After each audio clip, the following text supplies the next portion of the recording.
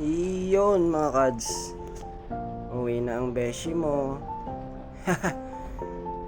Okay lang, hindi malungkot, sakto lang.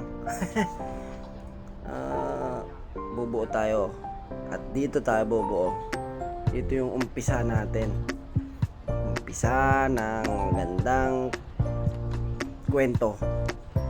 Susulat ulit tayo ng masasayang bagay, susulat tayo ng mga napaka-adventurous na pahina. Review muna tayo baka kung saan mapunta at maligaw si Kads. Malungkot yan, pero excited yan. Alam mo, malungkot kasi may iwan mga tropa, kaibigan, kasama. May iwan mo yung mga naging parte ng buhay mo, lalo yung bebe mo. Pero okay lang, kasi gagawin mo na yung mga bagay na gusto mo. Lipad na tayo, you know. Bilis naman. Tignan ko yung top view nga. Tignan ko yung magandang view ng Taiwan. Liit lang yan, pero ang laki ng nabuo kong pangarap dyan. Ganda, no? Napakagandang memorya. Ay, excited na yan, sobra.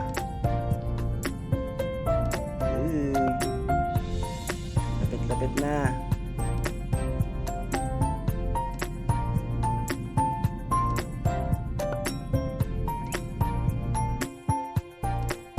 Uy, parang alam ko na yan ah.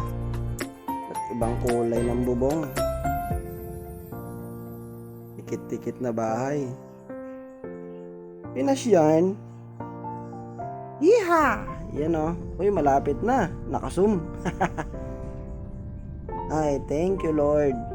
Kalapag ng maayos at nakabiyahe ng maayos. Salamat po.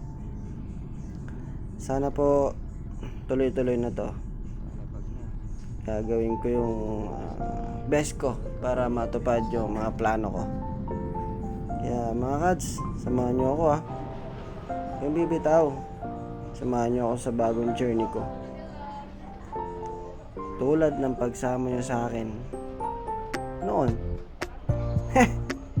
Alam ko naman yan lang kayo. Parang iwanan na. Antay-antay lang sa bagong video. Brrr!